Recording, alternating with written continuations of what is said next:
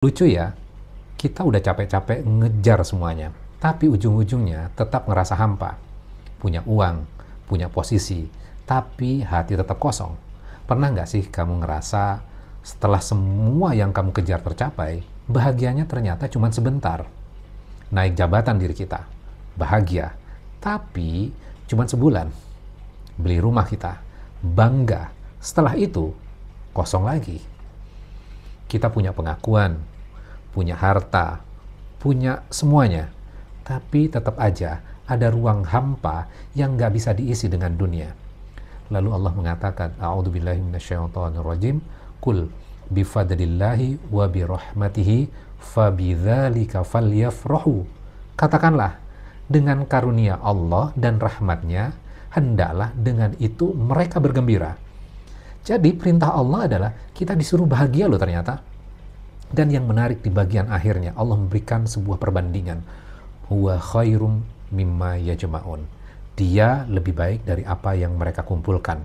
Apa itu dia? Dan apa yang mereka kumpulkan, yang kita kumpulkan itu? Harta, kedudukan, pengakuan, citra diri, pengaruh. Terus apa yang lebih baik dari itu semuanya? Huwa itu mengacu pada bagian awal ayat. Dan lihat satu ayat sebelumnya juga.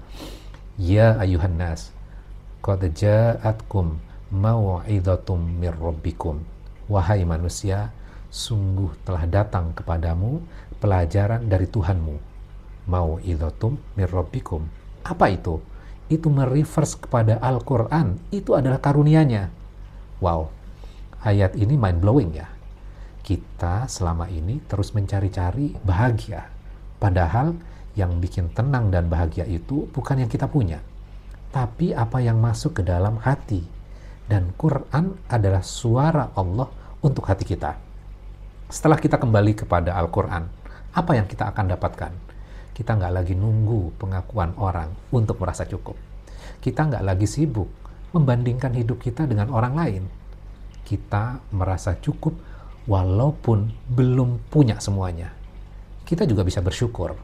Bahkan saat kita kehilangan, itulah kebahagiaan yang tumbuh bukan karena dunia memberi, tapi karena Allah menguatkan dari dalam.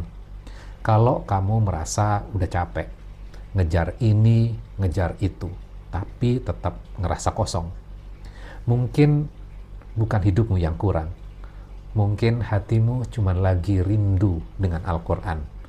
Ambil Quranmu hari ini, buka, baca, dan fahami.